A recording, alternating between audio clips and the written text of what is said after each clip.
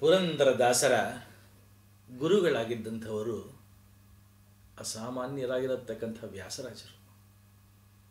ಪುರಂದರದಾಸರು ಗುರುಗಳೆಂದರೆ ಇವರೇ ಗುರುಗಳು ಕಾಣುವಂಥ ಮಹಾನುಭಾವರು. ಗುರು ಉಪದೇಶವಿಲ್ಲದ ಧ್ಯಾನ, ಗಾನ, ಮೌನ, ಜ್ಞಾನ, ಸ್ನಾನ, ಪಾನ ಯಾವುದು ಪ್ರಯೋಜನಕ್ಕೆ ಬರಲ್ಲಪ್ಪ. ಅನುಗ್ರಹ ಆಗಬೇಕು ಗುರುಗಳಿಂದ. ಎಂಥ ಗುರುಗಳಿಂದ? ವ್ಯಾಸರಾಜರಂಥ ಗುರುಗಳಿಂದ. ಶ್ರೀನಿವಾಸ ನಾಯಕರು ಹೆಂಡತಿಯನ್ನು ಮಕ್ಕಳನ್ನು ಕರ್ಕೊಂಡು ಬಂದಿದ್ದು ಎಲ್ಲಿಗೆ?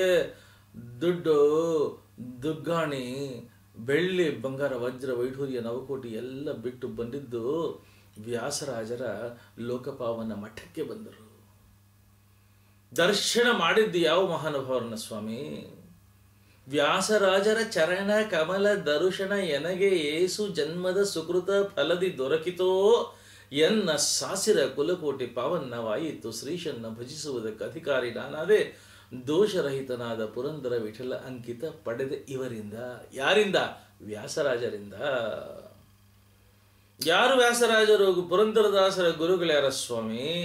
ಅವರೇ ಕನಕದಾಸರ ಗುರುಗಳಾದ ವ್ಯಾಸರಾಜರು, ಕೃಷ್ಣದೇವರಾಯನ ಗುರುಗಳಾದ ವ್ಯಾಸರಾಜರು, ವಿಜಯನಗರ ಸಾಮ್ರಾಜ್ಯದ 5 ಜನ ಸಾಮ್ರಾಟರಿಗೆ, ಚಕ್ರವರ್ತಿಗಳಿಗೆ ರಾಜಗುರುಗಳಾಗಿದ್ದಂಥ ಮಹಾನುಭಾವರು ವ್ಯಾಸರಾಜ ಸ್ವಾಮಿಗಳವರು.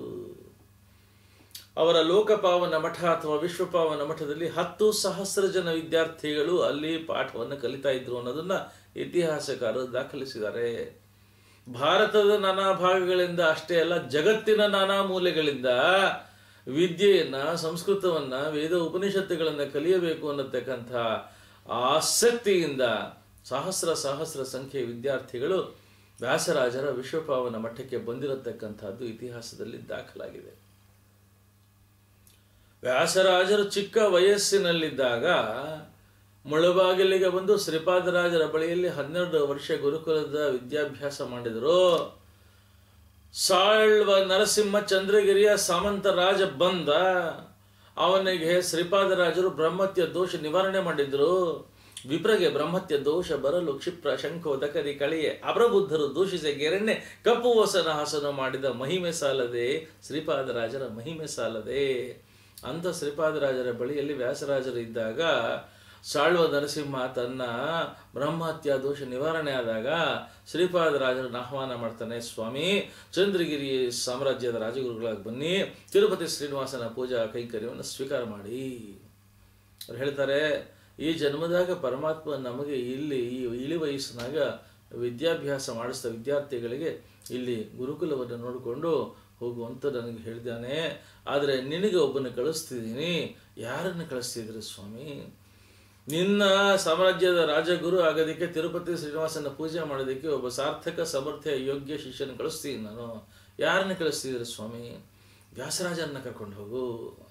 ಅವನಿಗೆ ಗೊತ್ತಿಲ್ಲ ಯಾರು ಸ್ವಾಮಿ ವ್ಯಾಸರಾಜರು ಅಂತಂತಾರೆ.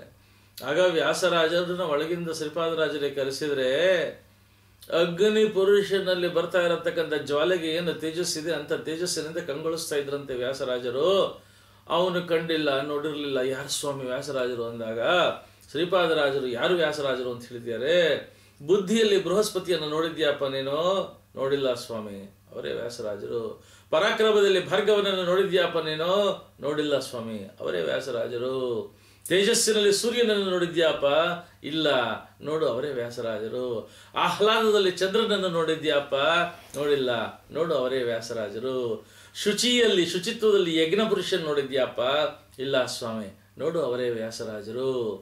ಅದ್ಭುತವಾಗಿರತಕ್ಕಂಥ ವಿದ್ಯೆಯ ವೈಭವದಲ್ಲಿ ಸರಸ್ವತಿಯನ್ನ, ಪುರುಷ ಸರಸ್ವತಿಯನ್ನು ಕಂಡಿದ್ಯೇನಪ್ಪ? ಇಲ್ಲ, ನೋಡು, ಅವರೇ ವ್ಯಾಸರಾಜರು. ಮತ್ತೆ ಪರಮಾತ್ಮ ವಾಸುದೇವನ ವಿಚಿತ್ರ ವಿಶಿಷ್ಟ ಅನುಗ್ರಹ ಶಕ್ತಿಯ ಸಕಲ ಮೂರ್ತಿ ಯಾರು ಗೊತ್ತಾ? ಯಾರು ಸ್ವಾಮಿ? ಅವರೇ ವ್ಯಾಸರಾಜರು. ಕರ್ಕೊಂಡು ಹೋಗು ನೀನು. ಹೀಗೆ ತಮ್ಮ ಬಾಲ್ಯದಲ್ಲಿಯೇ ಗುರುಗಳಾಗಿರತಕ್ಕಂಥ ಶ್ರೀಪಾದರಾಜರಿಂದ ಮಹಾನ್ ಪ್ರಶಂಸೆಗೆ ಪಾತ್ರರಾಗಿರತಕ್ಕಂಥ ವ್ಯಾಸರಾಜರು ಪುರಂದರದಾಸರ ಗುರುಗಳಾಗಿದ್ದಂಥವರು.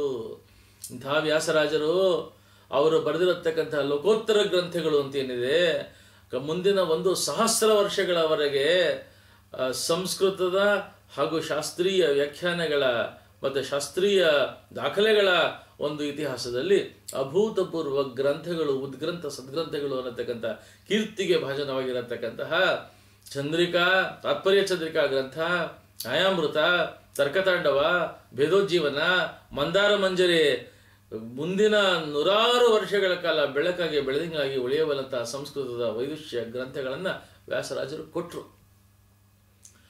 ಪುರಂದರದಾಸರು, ಕನಕದಾಸರಂತಹ ಅನೇಕ ಜನ ಶಿಷ್ಯಂದರನ್ನ ದಾಸ ಸಾಹಿತ್ಯಕ್ಕೆ ಕೊಟ್ಟರು.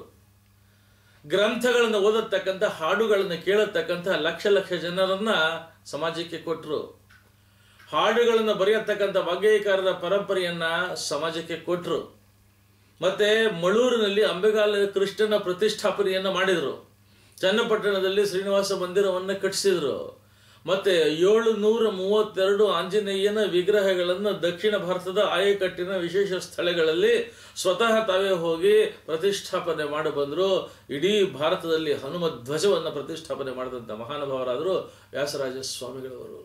ವ್ಯಾಸರಾಜರು ಇವತ್ತಿನ ಹಂಪಿಯಲ್ಲಿ ಕಟ್ಟಿಸಿರತಕ್ಕಂಥ ತುಂಗಾ ಕಾಲುವೆ ಇಂದಿಗೂ ಸಹ ಅಲ್ಲಿನ ಜನಗಳಿಗೆ ನೀರಾವರಿಯನ್ನು ಕೊಡ್ತಾ ಇದೆ. ಇವತ್ತಿನ ದಿನ ವ್ಯಾಸರಾಜರು ಮುಕ್ತಿ ಬೇಕು ಅನ್ನೋರಿಗೆ ಮುಕ್ತಿ ಕೊಟ್ಟರು, ಭಕ್ತಿ ಬೇಕು ಅನ್ನೋರಿಗೆ ಭಕ್ತಿ ಕೊಟ್ಟರು, ಭುಕ್ತಿ ಬೇಕು ಅನ್ನೋರಿಗೆ ಭುಕ್ತಿ ಕೊಟ್ಟರು.